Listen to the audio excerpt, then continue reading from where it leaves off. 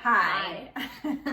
I'm Diana from South Bay Kids Connection, and this is me, Aster, my helper, sidekick, son. And today we're going to play Double Ditto. Double Ditto. This is a really cool game. You can play it for kids. The box says 10 and up, but I would say you could start playing around 8, depending on the cards. So basically, what it entails are cards, which just give you certain categories, and a answer sheet for responses, and a timer.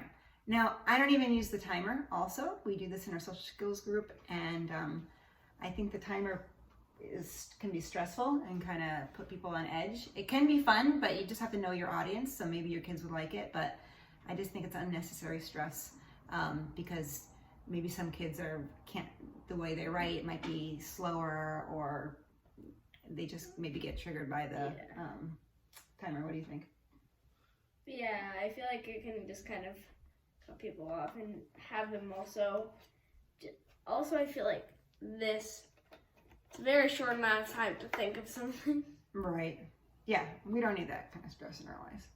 Okay, so the objective is basically you have somebody that will read the category of the card, and all the kids who are playing have to write down 2 responses. Each square is for each card.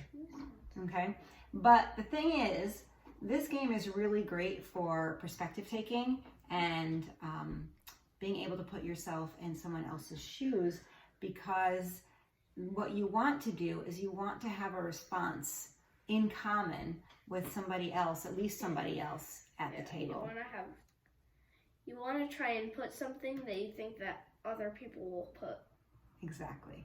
So some games you want to be unique and think of something that no one else is thinking of, but actually this game you really should be thinking about the others at the table, the other players, and you might have something very unique to you, but again, it's about knowing your audience and saying something writing something that they're also going to write. So you write that twice, and if you get one thing, so you have 2 responses. If you get one response in common with at least one other person, that's 1 point. Yeah. And if you get both of your responses in common with other people, 2 points. That is 3 points. Oh. So that's a double ditto. That's like even more than 2. Okay? Yeah. So if I have something in common with Aster, I don't have to have my second one in common with Aster. I could have myself in common with Aster, and then my other comment in Aster with off-camera person number 1 over here. So that's the way it works. Now, what I would like to do is go over the cards. So they give you, which I think is great, a whole bunch of cards. So you have ample supply. You can play again and again, and you're not going to run out of categories. But what I do, of course, is I go through each card, or at least a chunk of cards before I play, and figure out which ones are most appropriate and I think would be most fun for my particular group that I'm running. What's the blue ones and the yellow ones? What's the difference? So you have yellow ones and you have blue ones. The yellow ones are a little bit for a younger audience, and the blue ones are for a little bit of an older audience. But some of the blue, that's not always the case, just because some of the blue ones I think are perfectly appropriate for the younger audience as well. That's why you just always have to go and check. So a couple things to keep in mind is what I do is I like to avoid anything, knowing the kids, I like to avoid anything that could be either negative or cause their thinking to go in a different direction that we don't want them to go into, you know what I mean, right? A non-positive direction. The other thing that I am aware of is I don't want anything that's too academic, because this is just for fun. I don't want it to be something that's going to stress somebody out or feel like, oh, I'm stupid because I couldn't think of any responses. So I went through, so there's a couple of blue ones, like I wouldn't use this one. This one says famous mountains. This one says big cities in the United States. That's not that bad, but It's you never know. Go ahead. Yeah, I feel like some of them it's like it's just kind of random and nothing. I feel like it's not as fun to have something that's just kind of like test like. What's a city? Yeah, that's not the objective. The objective is to just for the answers to come easy, and we want to concentrate on getting things in common with each other, not concentrating on like, oh, I have to think of a city. So like famous authors, no, I'm not gonna use that one. Countries in Africa, no, I'm not gonna use that one. There are some other ones. So these are ones that are a little bit more negative or too mature, I think, for most kids, because you want to keep it light. That's the point. You want to keep it light again and concentrate really on just, I'm thinking of how would Aster think about this, not, deep thoughts in the middle of this game. So there's one here that says reasons for divorce. I'm not going to touch that one. Things people regret, also kind of negative. Ways to die accidentally. No, I'm not going there.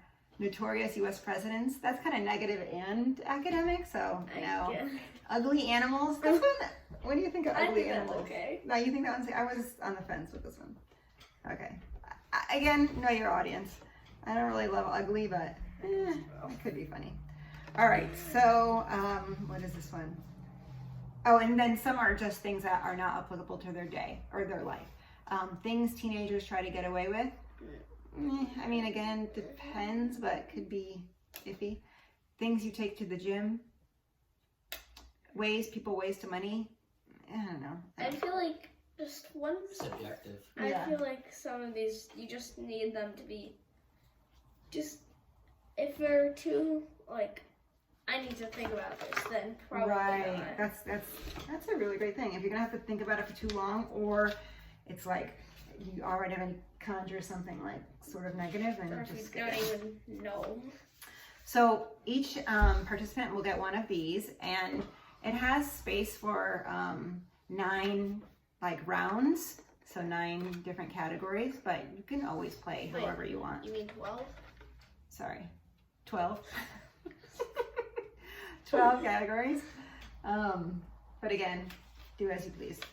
I would do it ahead of time, set what you're gonna do ahead of time, or get consensus, because you don't want somebody who's winning and then you're gonna say one more round and they lose. So just, again, be aware of, how the kids are gonna react, and maybe just set ahead of time, hey, we're gonna do 6 this time and then 6 next time, or something like that, okay?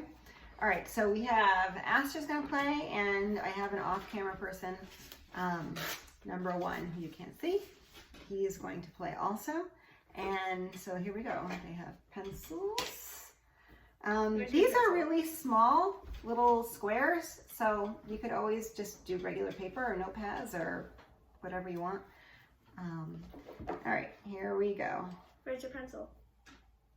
Oh, there's a person who says plays too? Okay. I don't know. I guess they could. It doesn't really matter. Okay, I'm going to mix these up. I sort of looked at these already. Okay, first one is, okay, I'll play 2. Things that are smelly.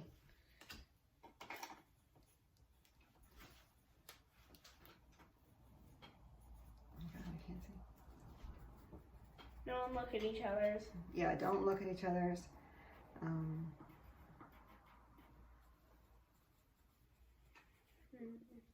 Tell me when you're done.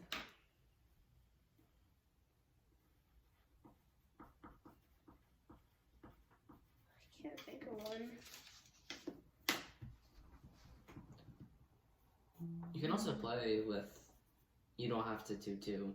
You can just do 1, but you won't have the chance of getting a double ditto or anything if you just can't think of anything. That's actually a really good modification. Just playing with 1 and not worrying so much about the points, and then it actually would probably go faster. So that's another really good way to play. I like that modification. Okay, ready? Yeah. All right, who wants to say one? Skunk. Yeah, I got that one. Oh, that's good. So circle it. If you have it in common, you circle it. Sure, no one else got my other one. I couldn't think of one. Wait, let's go to F. Okay, I'm first So one. you circle that guy. And Carla, you say one? What did you get? I got bathroom. Bathroom. I didn't put that. I couldn't think of What did you anything, put? so I just put cleaning stuff. Cleaning stuff? Oh, because I just cleaned my car. I Yeah. put rotten eggs and dog poop. How did I not think of rotten eggs? I did nothing of dog poop. Okay, so I get 0 points, and they each get 1. Another thing is you can, this is something I often do with the kids, is anytime there's categories, just have them make up their own as well. Play a couple times the real way, and then have them name their own categories. That way you get more buy-in and it's more personalized. All right, well that's Double Ditto. It's easy, it's really inexpensive, and honestly you could easily make it yourself using...